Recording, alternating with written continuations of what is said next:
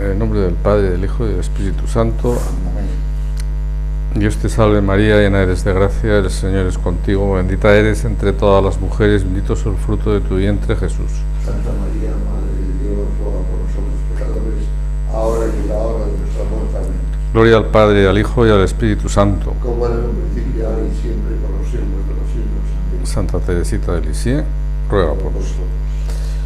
Bueno, hemos tenido que cambiar el orden y yo le propuse el día pasado a Eduardo que hacer yo toda la exhortación seguida, siempre que pueda, y luego que él, los temas que él había elegido, que son pues la mística en Santa Teresa de Lisieux, la noche oscura del alma, y luego el tema de la Eucaristía con la adoración, la Santa Eucaristía, la Sagrada Comunión y la ofrenda del amor misericordioso, que las haga después, y así de alguna forma toda la exhortación apostólica la vemos seguida, que yo creo que es mejor. Bueno, entonces nosotros habíamos visto la introducción, luego ya fuera de la exhortación pues examinamos unos datos biográficos, luego hicimos unos comentarios sobre sus escritos, la historia de un alma, cartas, oraciones, poesías, últimas conversaciones y el cuaderno amarillo. Y entonces ahora nos tocaría ya, eso era, una vez vista la introducción, ahora nos tocaría el primer tema, que es Jesús para los demás.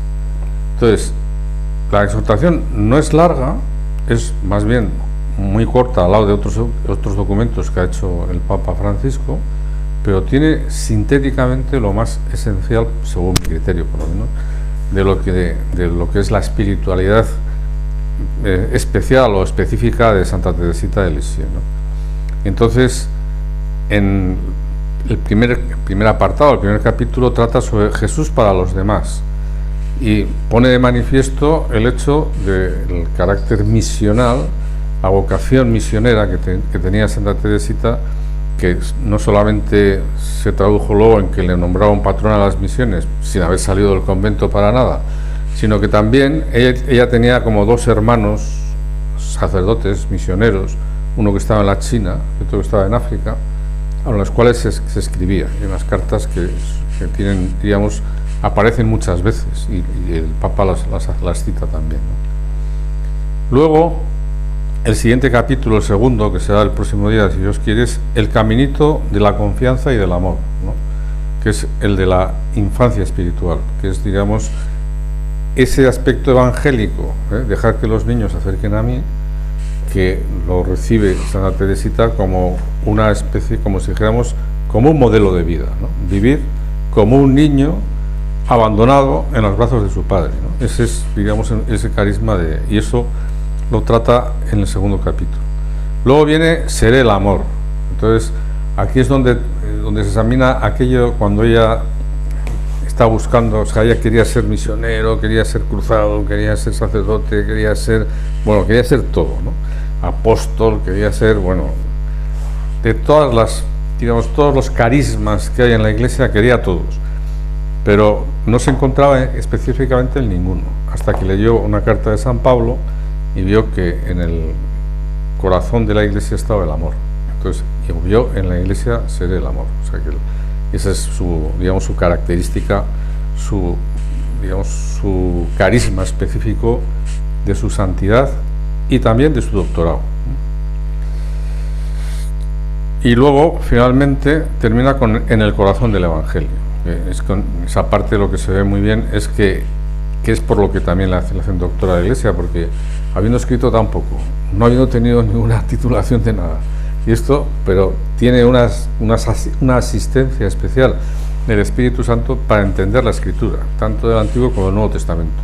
Y en muy pocas páginas pues tiene cientos de citas, tanto del Antiguo como del Nuevo Testamento. Y las citas del Nuevo Testamento que hace, pues tienen como una aplicación, como siempre, toda la Escritura tiene una aplicación para siempre, pero de una manera muy especial. Ella, lo que se fija, tiene validez especial para nuestro tiempo. O sea, es una santa para nuestro tiempo, ¿no? Bueno, pues eso es más o menos. Y ahora ya podemos empezar con este primer capítulo, ¿no? En el cual tratamos precisamente sobre Jesús para los demás, ¿no? Entonces, antes de empezar con el capítulo propio de la exhortación, he vuelto a seleccionar algunos textos de la biografía de Santa Teresita para hacer alguna referencia sobre su vida en el Carmelo. Digo, esto se hace pues para enriquecer un poco, o sea, no enriquecer el documento en sí mismo, sino para enriquecer en nosotros el conocimiento sobre Santa Teresita. O sea, el documento por sí solo es una preciosidad de la exhortación apostólica. Pero esto que hago yo de recoger aspectos que están vinculados al texto de la exhortación, pero que lo amplío pues buscando documentación o bien en otros escritos o en ¿cómo se llama? En su biografía o lo que sea, pues tiene como finalidad exclusiva el que tengamos aquí, compartamos pues más conocimientos sobre cosas concretas de su vida, sobre aspectos de su vida, cómo vivía en aquella época, cómo vivió en el Carmelo, que es lo que vamos a ver ahora, cuando entró en el Carmelo. Por el día pasado vimos bastantes cosas de su vida de infancia, el problema con la muerte de su madre, la primera comunión, etcétera, ¿no? Todo esto ya lo vimos. Luego el viaje a Roma para pedirle al Papa que le dejara entrar con 15 años, al final lo consigue, y ahora estamos ahí, en esa fase más o menos. Es decir, que va un poco paralelo lo que es, digamos, la exhortación y estos datos complementarios que yo os propongo, ¿no? Entonces, en el Carmelo, en el manuscrito A69V0, estoy aquí para siempre. En la mañana del 9 de abril de 1888, tras una última mirada a los Buissonets era la casa donde ella vivía en Lisieux, se llamaba los Buissonets. Está muy cerca en este momento de la basílica que hicieron para ella, para honrarle a ella, y también está muy cerca de la catedral. Es catedral porque el obispado es Valle-Lisieux, o sea que tiene como dos sedes, ¿no? Como pasa ahora también con José Ignacio Munilla, que tiene dos sedes también, Orihuela y Alicante, me parece que son. La primitiva era Orihuela y la actual es Alicante. Yo creo que el que sigue en Alicante, que hoy día es una ciudad más importante que Orihuela, pero se sigue manteniendo la cosa de la diócesis. Bueno, aquí pasa algo parecido en el sentido de que es una sede episcopal, pero en dos lugares, por consiguiente hay dos catedrales, o concatedrales, que se suele decir, ¿no? Teresa asiste con los suyos a la misa de 7 en el Carmelo, y luego el desgarramiento de la separación. El último es a su familia y sobre todo a su anciano padre, que la bendice entre lágrimas. La comunidad se encuentra reunida a la puerta del monasterio para recibir al apostolante. El superior, señor de la Trotte, solo tiene como palabras de bienvenida un breve discurso glacial.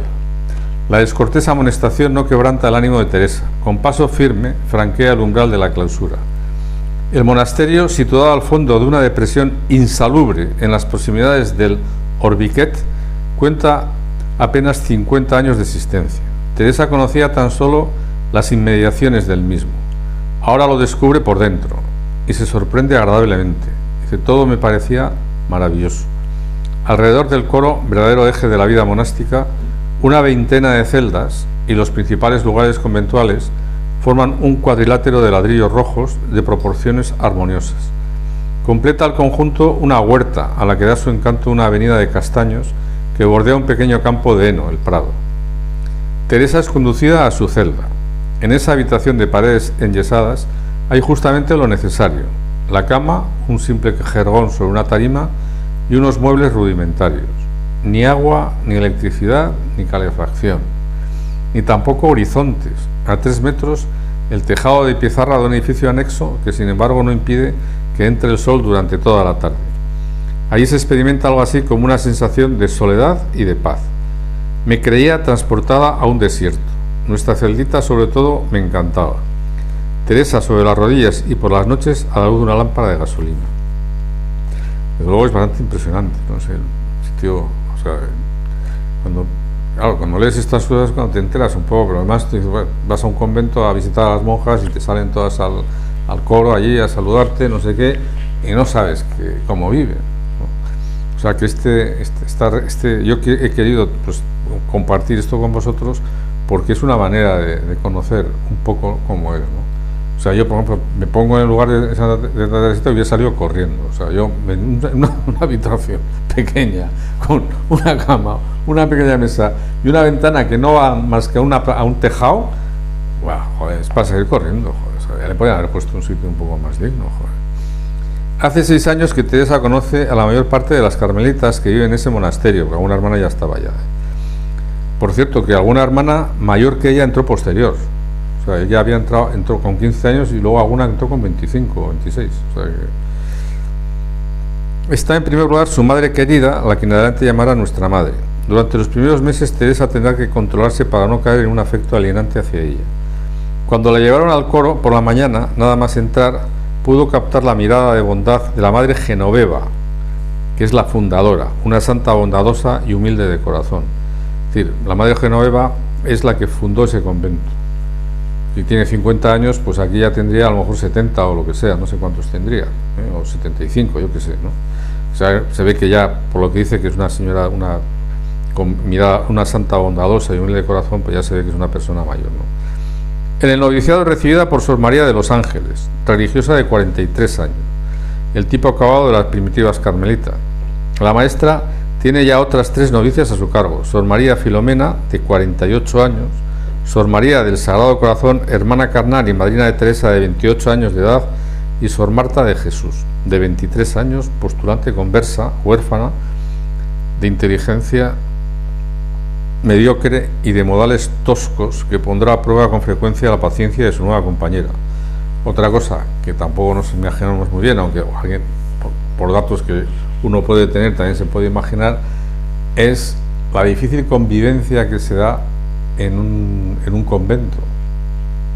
A mí alguien ya me comentó algo, o sea, porque claro, no todo el mundo ha recibido en su casa la misma educación, ni todo el mundo se comporta de la misma manera, ni siquiera en la mesa, ni en otros sitios, ni en el trato, ni en la relación con los demás. Entonces, aquí ya en la historia de un alma, Santa Teresita ya cuenta alguna de esas aventuras, que lo mal que le hacía pasar a alguna persona, y entonces ella, pues por caridad o lo que sea, todavía hacía más esfuerzos por agradar y por sonreír a aquella persona o a aquella monja que le traía por el camino de la amargura. Sor Teresa del Niño Jesús aborda su vocación sin hacerse ilusiones de ninguna clase. Su trabajo se reduce a tareas sin brillo: arreglar la ropería, barrer un claustro, una escalera y un pasillo, y un poco de trabajo en la huerta como ejercicio físico. Todos los días Sor María de los Ángeles reúne a las novicias para explicarles la regla, las constituciones y las costumbres de la orden. La maestra declarará más tarde: Sor Teresa del Niño Jesús tenía tal intuición de la virtud y de la perfección religiosa que, por así decirlo, bastaba con instruirlas sobre ello para que las llevase a la práctica con perfección. Bueno, primeros pasos. Los primeros pasos que ya dentro del convento, ¿no? Es 9 de abril de 1888, el 5 de enero, con 15 y 16 años, ¿no? Eso. Desde el 9 de abril, de 1885 al 5 de enero de 1889, cuando pasa de 15 a 16 años. En el campo epistolar, el postulantado representa un conjunto homogéneo de 54 documentos, 28 de los cuales son cartas manuscritas de Teresa, carta 46 a 73. La cronología en general está bien fijada. Durante este periodo de 9 meses se pueden delinear 3 periodos: 9 de abril al 23 de junio. Todo marcha bien. En el Carmelo, la forma de comportarse de Teresa sorprende incluso a la priora. No es necesario decirle ni una sola palabra, todo en ella es perfecto, escribe la Madre María de Gonzaga a la señora Guerín. Las fiestas radiantes del mes de mayo, profesión y toma de velo de Sor María del Sagrado Corazón, tiene su coronación en una entrevista liberadora con el padre Pichón. Este es un jesuita que ahora vamos a leer, porque le da un testimonio muy impresionante, ¿no? O sea, se hace una confesión general con él, y el jesuita en presencia del Altísimo, de los ángeles, de todos los santos, no sé qué, puedo asegurar que no ha cometido ninguna falta, que no ha perdido la gracia bautismal. Lo vamos a leer aquí abajo, ¿eh? Está en la nota. Cuando se quiere alcanzar una meta hay que poner los medios. Para ello Jesús me hizo comprender que las almas quería dármelas por medio de la cruz, y mi anhelo de sufrir creció a medida que aumentaba el sufrimiento. Durante 5 años este fue mi camino, pero al exterior nada revelaba mi sufrimiento, tanto más doloroso cuanto que solo yo lo conocía. ¿Qué sorpresas nos llevaremos al fin del mundo Cuando leamos la historia de las almas y cuántas personas se quedarán asombradas al conocer el camino por el que fue conducida la mía. Esto es tan verdad que 2 meses después de mi entrada, cuando vino el padre Pichón para la profesión de Sor María del Sagrado Corazón, se quedó sorprendido al ver lo que Dios estaba obrando en mi alma y me dijo que la víspera, al verme hacer oración en el coro, mi fervor le pareció totalmente infantil y muy dulce mi camino. Mi entrevista con el padre fue para mí un consuelo muy grande, aunque velado por las lágrimas a causa de la dificultad que encontré para abrirle mi alma. Hice no obstante una confesión general, como nunca había hecho. Al terminar, el padre me dijo estas palabras, las más consoladoras que jamás hayan resonado en los oídos de mi alma. En presencia de Dios, de la Santísima Virgen y de todos los santos, declaro que nunca has cometido ni un solo pecado mortal. Y luego añadió, da gracias a Dios por todo lo que hace por ti. No me costó nada creerlo. Sabía, pues si te abandonase, en vez de ser un pequeño ángel, serías un pequeño demonio. No me costó nada creerlo. Sabía lo débil e imperfecta que era. Pero la gratitud embargaba mi alma. Tenía tanto miedo de haber empañado la vestidura de mi bautismo, que una garantía como aquella, salida de la boca de un director espiritual como los quería nuestra Madre Santa Teresa, es decir, que uniesen la ciencia y la virtud, me parecía como salida de la misma boca de Jesús. El padre me dijo también estas palabras que se me grabaron dulcemente en el corazón. Esto es muy importante también. Hija mía, que nuestro Señor sea siempre tu superior y tu maestro de novicio. O sea, Santa Teresita no soportaba, los libros de espiritualidad y esto no podía aguantar. O sea, ella, que tenía como director espiritual, era el mío Jesús, ¿no? Y ahora seguimos arriba, después de la nota. Después de una confesión general, el padre asegura al apostulante que ésta no ha cometido nunca un solo pecado mortal. Fue el final de las turbaciones interiores que venía sufriendo desde hacía 5 años. Desde los Buissonets no dejan de llegar regalos al monasterio. Apenas es un día que el señor Martín no deja en la portería algún regalo en especie. Segundo periodo es del 23 de junio al 31 de octubre. El señor Martín, profundamente afectado por las confidencias de Celina, que le anuncia también su vocación de carmelita, abandona de improviso el domicilio. Es una alarma breve, pero que traumatiza a sus hijas. La grafía de Teresa conserva las huellas, sin embargo encuentra fuerzas para dominar su ansiedad y sustentar así el ánimo de Celina. Además, adaptarse a la vida comunitaria exige sufrimientos. La débil caña experimenta su debilidad, pero su generosidad no sufre ni mengua alguna. La comunidad decide admitir a Teresa a la toma de hábito. La fiesta está ya preparada, pero una brusca recaída del señor Martín obliga a aplazar la ceremonia. Tercer periodo, del 31 de octubre al 3 de enero. El debilitamiento mental del padre hace vivir a sus hijas un mes de noviembre cargado de angustia. Luego, la curación inesperada invita a fijar finalmente la fecha para la toma de hábito. Teresa ve amanecer sus 16 años sumida en una profunda alegría. La autografía señalará con gran acierto lo que fue ese año 1888. Sí, el sufrimiento me tendió sus brazos y yo me arrojé en ellos con amor. Es decir, que aunque a algunos les puede parecer que Santa Teresita pues es como muy débil o sea, muy infantil, bueno, tenía una fortaleza tremenda, la fortaleza, virtud de la fortaleza, bueno, tenía los dones del Espíritu Santo, el don de fortaleza, más que virtud de la fortaleza, más todavía. Los dones son más que las virtudes. Tenía el don de la fortaleza, ¿no?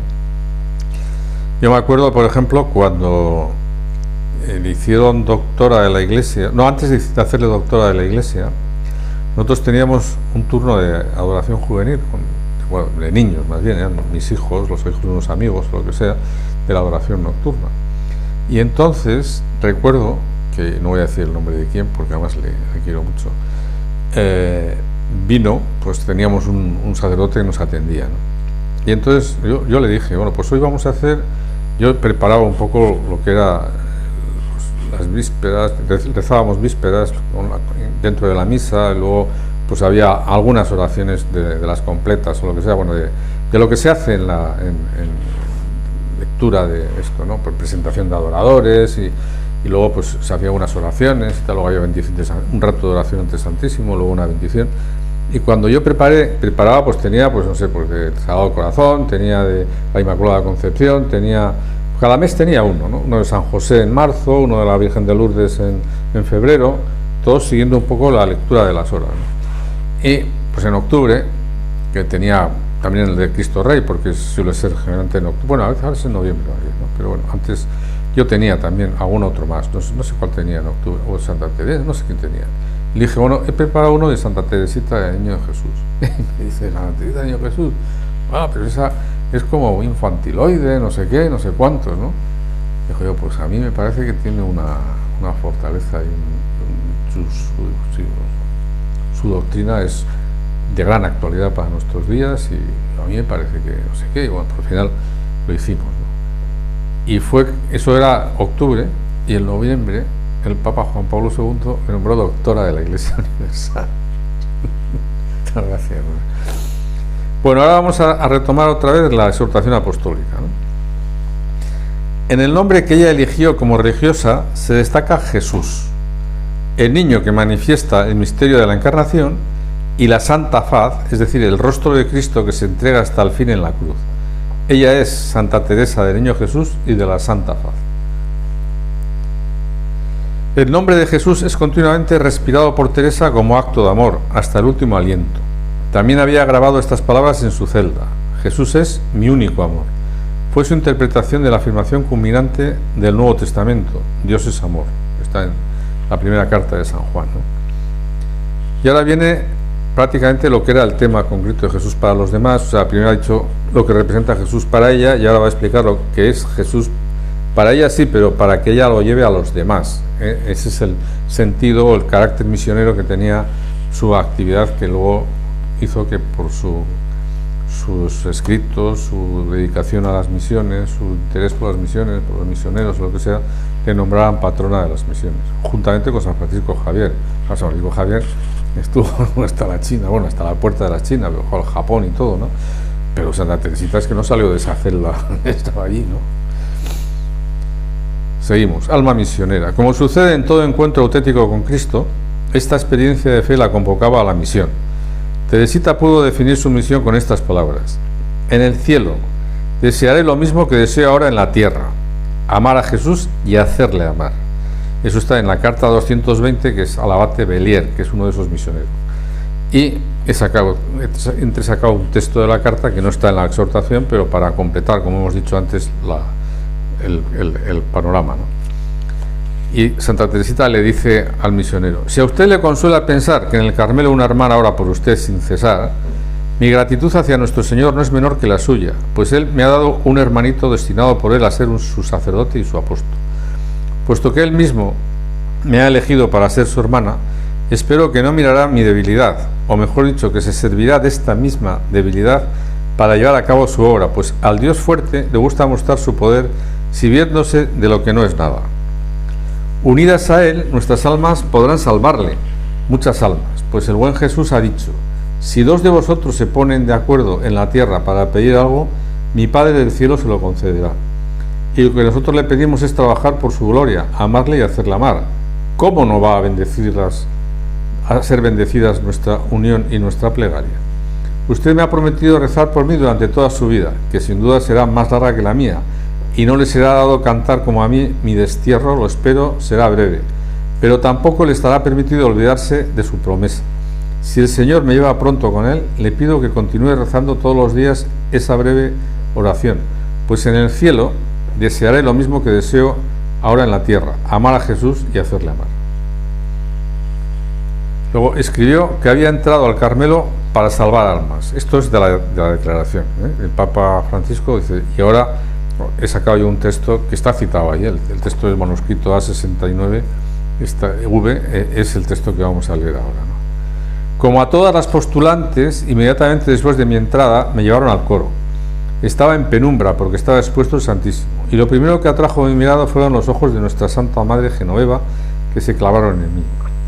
Estuve un momento arrodillada a sus pies, dando gracias a Dios por el don que me concedía de conocer a una santa, y luego seguí a nuestra Madre María de Gonzaga a los diferentes lugares de la comunidad. Todo me parecía maravilloso, me quería transportada a un desierto. Nuestra celdita sobre todo me encantaba, pero la alegría que sentía era una alegría serena. Ni el más ligero céfiro hacía ondular las tranquilas aguas sobre las que navegaba mi barquilla, ni una sola nube oscurecía mi cielo azul. Sí, me sentía plenamente compensada de todas mis pruebas. Con qué alegría tan honda repetía estas palabras: estoy aquí para siempre, para siempre. Aquella dicha no era efímera, no se desvanecería con las ilusiones de los primeros días. Las ilusiones. Dios me concedió la gracia de no llevar ninguna al entrar en el Carmelo. Encontré la vida religiosa tal como me la había imaginado. Ningún sacrificio me extrañó, y sin embargo tú sabes bien, madre querida, que mis primeros pasos encontraron más espinas que rosas. Sí, el sufrimiento me tendió los brazos y yo me arrojé en ellos con amor. A los pies de Jesús, hostia, en el interrogatorio que precedió a mi profesión, declaré lo que venía a hacer en el Carmelo. Y esto es lo que ha destacado el Papa Francisco en la exhortación apostólica. He venido para salvar almas. Y sobre todo, esto no lo pone el Papa Francisco, pero está en la historia de un alma, y sobre todo para orar por los sacerdotes. Han venido al Carmelo para salvar almas y sobre todo para orar por los sacerdotes. Es decir, no entendía su consagración a Dios sin la búsqueda del bien de los hermanos. Esto ya es de la exhortación también. Ella compartía el amor misericordioso del Padre por el Hijo pecador y el del buen pastor por las ovejas perdidas, lejanas, heridas. Por eso es patrona de las misiones, maestra de evangelización. Y ahora un texto sobre la vocación misionera que está también en sus escritos. Desde mi entrada en el arca bendita siempre he pensado que si Jesús no me llevaba pronto al cielo, mi suerte sería la misma que la de la palomita de Noé, que un día el Señor abriría la ventana del arca y me mandaría a volar muy lejos, hacia las riberas infieles, llevando conmigo la ramita de olivo. Es decir, ella quería ir a misiones. Ese texto que a mí, cuando yo lo leí, a lo mejor se me pasó, yo no tenía mucha conciencia en su día de que ella había querido, incluso había pedido incluso ir a misiones. Este pensamiento, madre, ha hecho que mi alma creciera y me ha hecho, esto de la rama de olivo que se va hasta los otros confines, lo que a ella le parecía que si Dios no le llevaba pronto al cielo, que le propondría ir a hacer misión, ir de misionera a fundar otro convento o lo que sea, ¿no? Comprendí que incluso en el Carmelo podía haber separaciones y que solo en el cielo la unión será completa y eterna. Entonces quise que mi alma habitase en el cielo y que solo de lejos mirase las cosas de la tierra. Acepté no solo desterrarme yo a un pueblo desconocido, sino también, lo cual me resultaba mucho amargo, acepté el destierro de mis hermanas. Nunca olvidaré el 2 de agosto de 1896. Aquel día, que coincidió precisamente con el de la partida de los misioneros, se trató muy en serio de la partida de la Madre Inés de Jesús, era una de sus hermanas. Yo no hubiera movido un solo dedo para impedirle partir, sin embargo sentía una gran tristeza en mi corazón. Me parecía que su alma, tan sensible y delicada, no estaba hecha para vivir entre unas almas que no sabrían comprenderla. Otros 1000 pensamientos se agolpaban en mi mente y Jesús callaba, no inquebraba la tempestad. Y yo le decía: Dios mío, por tu amor lo acepto todo. Si así lo quieres, acepto sufrir hasta morir de pena. Jesús se contentó con la aceptación, pero algunos meses después se habló de la partida de Sor Genoveva y de Sor María de la Trinidad. Aquella fue otra clase de sufrimiento, muy íntimo, muy profundo. Me imaginaba todos los trabajos y todas las decepciones que iban a tener que sufrir. En una palabra, mi cielo estaba cargado de nubarrones. Solo el fondo de mi corazón seguía en calma y en paz. Su prudencia, madre querida, supo descubrir la voluntad de Dios y en su nombre prohibió a las novicias pensar que por el momento en abandonar la cuna de su infancia religiosa. No obstante, usted comprendía sus aspiraciones, pues usted misma, madre, había pedido en su juventud ir a Saigón. Ocurre con frecuencia que los deseos de las madres hallan eco en el alma de sus hijas, y usted sabe, madre querida, que su deseo apostólico halla en mi alma un eco fiel. Permítame confiarle por qué he deseado, y aún sigo deseándolo, si la Santísima Virgen me cura, cambiar por una tierra extranjera el oasis donde vivo tan feliz bajo su mirada maternal. Eso, cuando yo ahora repasando esto, a mí se me ha hecho como nuevo, ¿no? Para vivir en los Carmelos extranjeros, usted, madre, me dijo, hay que tener una vocación muy especial. Muchas almas se creen llamadas a ello sin estarlo en realidad. Usted también me dijo que yo tenía esa vocación y que el único obstáculo para ello era mi salud. Sé que si Dios me llamara a tierras lejanas, ese obstáculo desaparecería. Por eso vivo sin la menor inquietud. Si un día tuviese que dejar mi querido Carmelo, no lo haría no sin dolor. Jesús no me ha dado un corazón insensible. Y justamente porque mi corazón es capaz de sufrir, deseo que le dé a Jesús todo lo que puede darle. Aquí, madre querida, vivo sin la menor preocupación por las cosas de esta tierra miserable. Mi único quehacer es cumplir la dulce y fácil misión que usted me ha encomendado. Aquí me veo colmada de sus atenciones maternales. No sé lo que es la pobreza, pues nunca me ha faltado nada, pero sobre todo aquí me siento amada por usted y por todas las hermanas, y este afecto es muy dulce para mí. Por eso sueño con un monasterio donde nadie me conociese, donde tuviese que sufrir la pobreza, la falta de cariño, en una palabra, el destierro del corazón. No, la razón para abandonar todo esto que tanto amo no sería la de prestar una serie de servicios al Carmelo que quisiera recibirme. Ciertamente haría lo que dependiese de mí, pero conozco mi capacidad y sé que aun haciendo todo lo posible no lograría hacer nada de provecho, pues como decía hace un momento, no tengo el menor conocimiento de las cosas de la tierra. Mi único objetivo sería pues hacer la voluntad de Dios y sacrificarme por Él de la manera que a Él más le agradase. Estoy segura de que no sufriría la menor decepción, pues cuando se espera un sufrimiento puro y sin mezcla de ninguna clase, la menor alegría resulta una sorpresa inesperada. Y además usted sabe, madre, que el mismo sufrimiento, cuando se lo busca como el más preciado tesoro, se convierte en la mayor de las alegrías. No, tampoco quiero partir con la intención de gozar del fruto de mis trabajos. Si eso fuera lo que busco, no sentiría esta dulce paz que me inunda, e incluso sufriría por no poder hacer realidad mi vocación en las lejanas misiones. Es decir, siempre hay detrás a veces de ciertas buenas intenciones de hacer cosas, puede haber siempre una búsqueda de algunos deleites, algunas satisfacciones personales, o lo que sea, ¿no? Claro, uno puede decir, bueno, pues yo voy a misiones y veré el fruto de las misiones y haré tal cosa, haré tal otra y tal, ¿no? Pues ella aquí quiere decir que ni eso tampoco es lo que le mueve, ¿no? O sea, que decir que a ella lo que precisamente dice, aquí no tengo pobreza, aquí me quieren, aquí no sé qué, pues quiero ir a un sitio donde no me quieran, donde tenga pobreza, donde, o sea, exactamente, o sea, es como un abandono, ¿no? Y luego pues dice, y tampoco me mueve ir a eso el lograr alguna cosa que quisiera yo hacer, o quisiera yo lograr, o quisiera esto, ¿no? Hace mucho tiempo que no me pertenezco a mí misma, vivo totalmente entregada a Jesús, por lo tanto, Él es libre de hacer de mí lo que le plazca.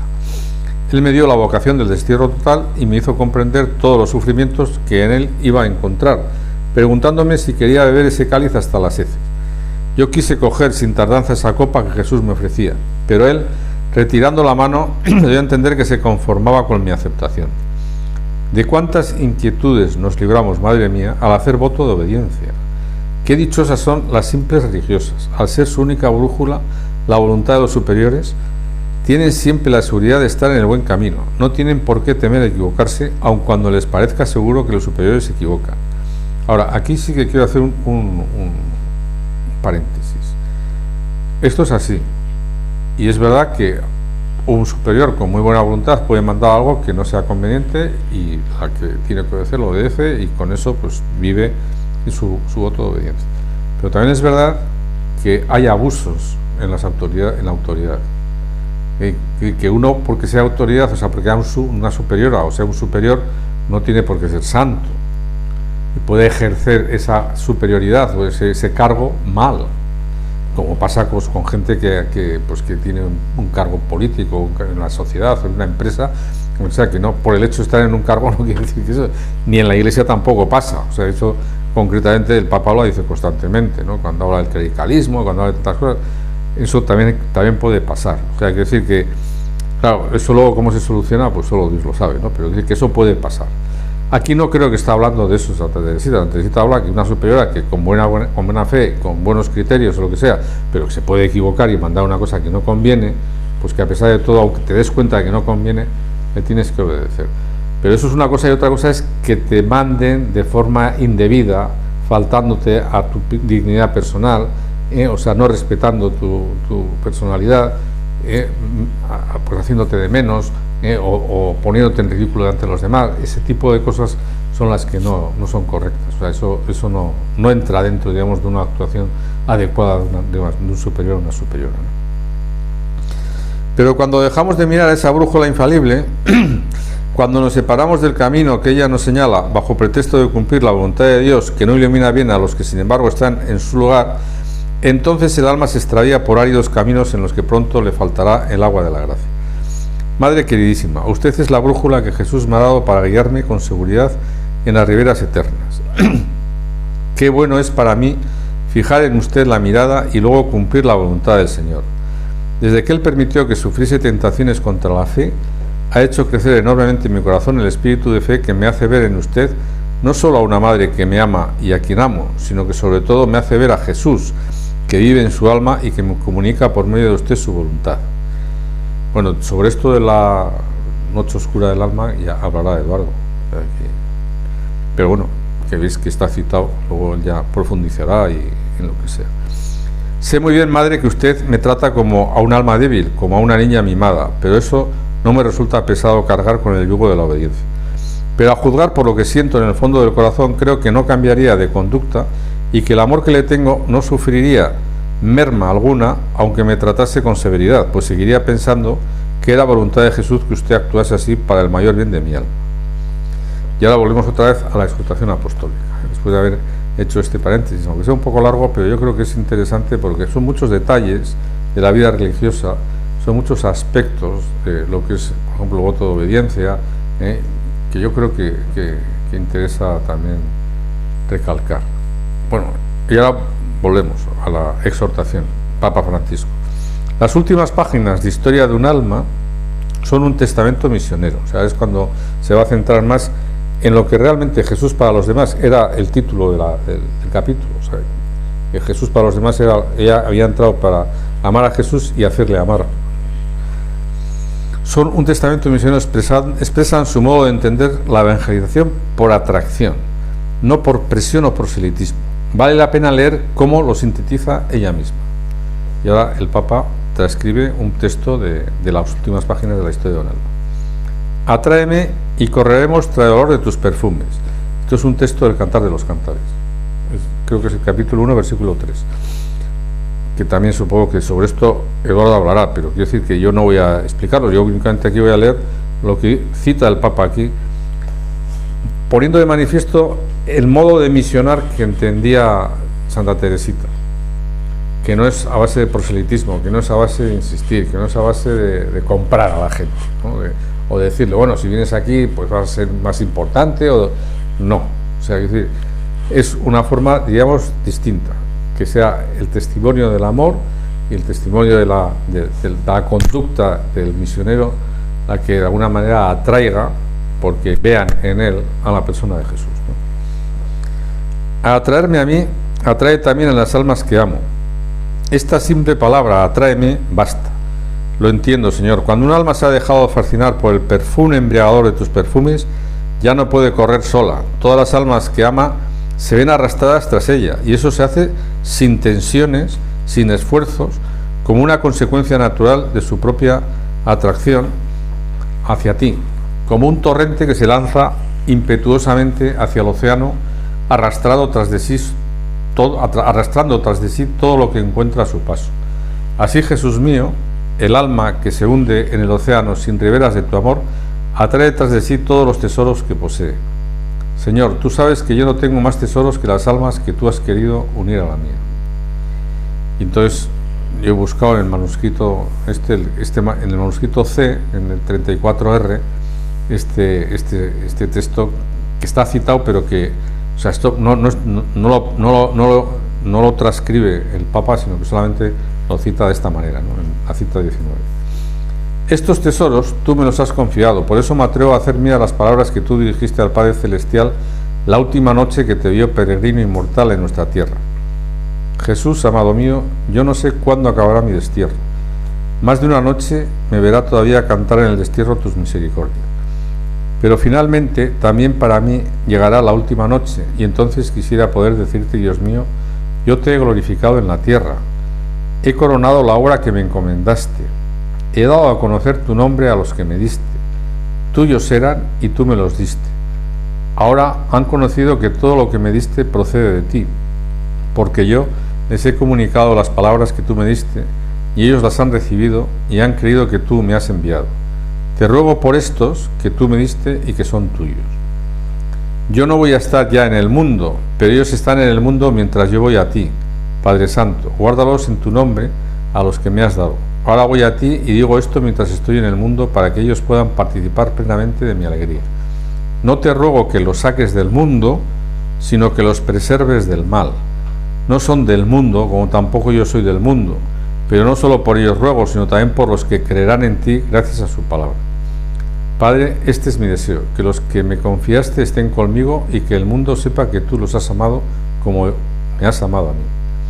Sí, Señor, esto es lo que yo quisiera repetir contigo, dice a Santa Teresita, eso es cita del Evangelio, antes de volar a tus brazos. ¿Es tal vez una temeridad? No, ya hace ya mucho tiempo que tú me has permitido ser audaz contigo.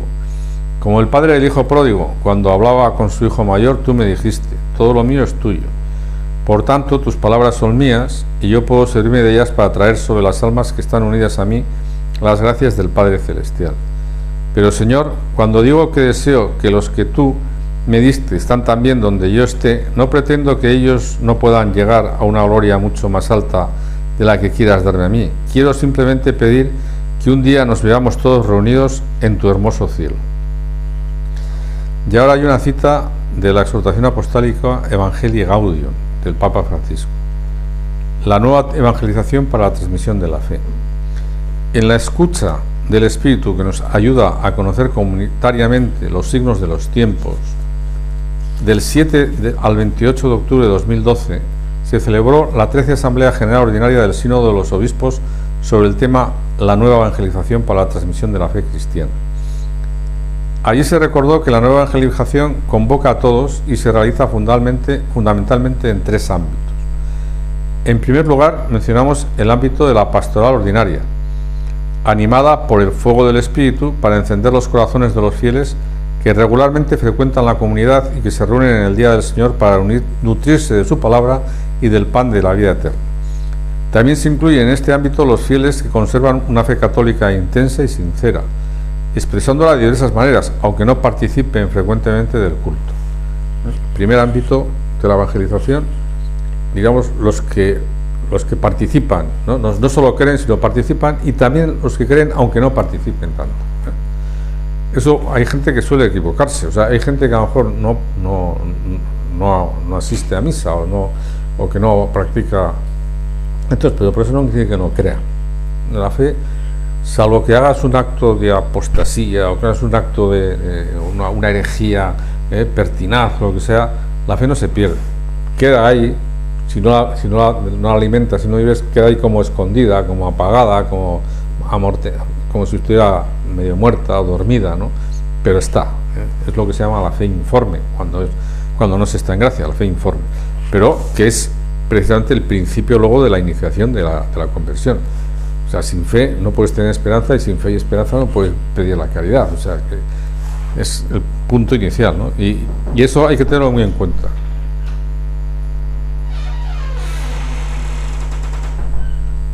En segundo lugar, recordemos el ámbito de las personas bautizadas que no viven las exigencias del bautismo. No tienen una pertenencia acorde a la Iglesia y ya no experimentan el consuelo de la fe.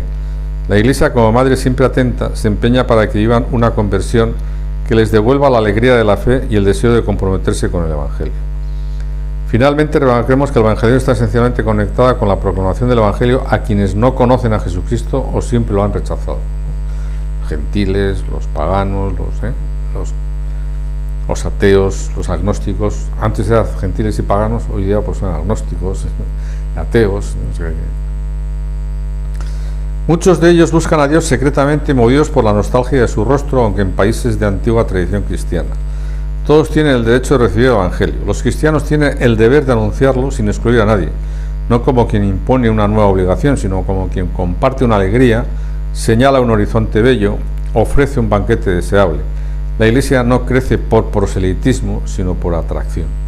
O sea, esta idea que está en Santa Teresita, el Papa, él, en su exhortación apostólica sobre evangelización, pues cita un pasaje, un texto en el que se cita esto, ¿no? Que no sea por proselitismo, o sea, que la Iglesia no crece por proselitismo, sino por atracción. Benedicto XVI homilía en Eucaristía de la inauguración de la Quinta Conferencia General del Episcopado Latinoamericano. El Nuevo Testamento nos presenta a Cristo como misionero del Padre, especialmente en el Evangelio de San Juan. Jesús habla muchas veces de sí mismo en relación con el Padre que lo envió al mundo. Del mismo modo, también en el texto de hoy, Jesús dice: la palabra que escucháis no es mía, sino del Padre que me ha enviado. En este momento, queridos amigos, somos invitados a fijar nuestra mirada en Él, porque la misión de la Iglesia subsiste solamente en cuanto a prolongación de la de Cristo. Como el Padre me envió, también yo os envío. El evangelista pone de relieve incluso la forma plástica que esta transmisión de consignas acontece en el Espíritu Santo. Sopló sobre ellos y les dijo: recibid el Espíritu Santo. La misión de Cristo se realizó en el amor. Encendió en el mundo el fuego de la caridad de Dios. El amor es el que da la vida. Por eso la Iglesia es enviada a difundir en el mundo la caridad de Cristo, para que los hombres y los pueblos tengan vida y la tengan en abundancia. Bueno, me salto a la Iglesia, se siente discípula y misionera de este amor, misionera solo en cuanto discípula, es decir, capaz de dejarse atraer siempre con renovado asombro por Dios, que nos amó y nos ama primero.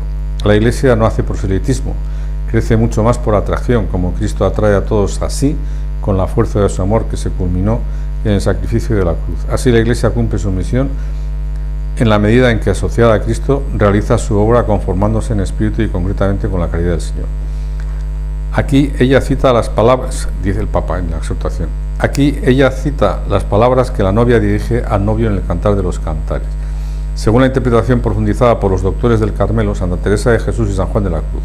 El esposo es Jesús, el Hijo de Dios que se unió a nuestra humanidad en la encarnación y la redimió en la cruz. Allí, desde su costado abierto, dio a luz a la Iglesia, su amada esposa, por la que entregó su vida. Lo que llama la atención es cómo Teresita, consciente de que está cerca de la muerte, no vio este misterio encerrada en sí misma solo en un sentido consolador, sino en un ferviente espíritu apostólico. La gracia que nos libera de la autorreferencialidad. Algo semejante ocurre cuando se refiere a la acción del Espíritu Santo, que adquiere de inmediato un sentido misionero. Esa es mi oración. Yo pido a Jesús que me atraiga a las llamas de su amor, que me una tan íntimamente a Él, que sea Él quien viva y quien actúe en mí. Siento que cuanto más abrase mi corazón el fuego del amor con mayor fuerza, diré: atráeme. Cuanto más se acerquen las almas a mí, más ligeras correrán tras los perfumes de su amado, porque un alma abrasada de amor no puede estar inactiva. Y luego en el manuscrito C36R dice: Madre, creo necesario darle alguna explicación más sobre aquel pasaje del Cantar de los Cantares, atráeme y correremos, pues me parece que no quedó muy claro lo que quería decir. Nadie puede venir a mí, dice Jesús, si no lo atrae mi Padre que me ha enviado. Y a continuación, con parábolas sublimes y muchas veces incluso sin servirse de este medio tan familiar para el pueblo, nos enseña que basta llamar para que nos abra, buscar para encontrar y tender humildemente la mano para recibir lo que pedimos. Dice también que todo lo que pidamos al Padre en su nombre nos lo concederá. Sin duda, por eso, el Espíritu Santo, antes del nacimiento de Jesús, dictó esta oración profética: atráeme y correremos. ¿Qué quiere decir entonces pedir ser atraídos, sino unirnos de una manera íntima al objeto que nos cautiva el corazón? Si el fuego y el hierro tuvieran inteligencia y este último dijera al otro: atráeme, ¿no estaría demostrando que quiere identificarse con el fuego de tal manera que éste lo penetre y lo empape de su ardiente sustancia hasta parecerse una sola con él? En el corazón de Teresita, la gracia del bautismo se convierte en un torrente impetuoso que desemboca en el océano del amor de Cristo, arrastrando consigo una multitud de hermanas y hermanos. Lo que ocurrió especialmente después de su muerte fue su prometida lluvia de rosas. Bueno, luego estos textos que hay aquí a continuación, el cuaderno amarillo y últimas conversaciones, es donde ella dice eso de que cuando tenemos muy tristes cuando te mueras, pues entonces yo haré una lluvia de rosas, que es lo que ha quedado luego en las imágenes de Santa Teresita, y que los entendidos dicen que eso ha sustituido algo que estaba en el escudo de no sé qué, que algún día lo veremos, o creo que ya lo comentamos aquí.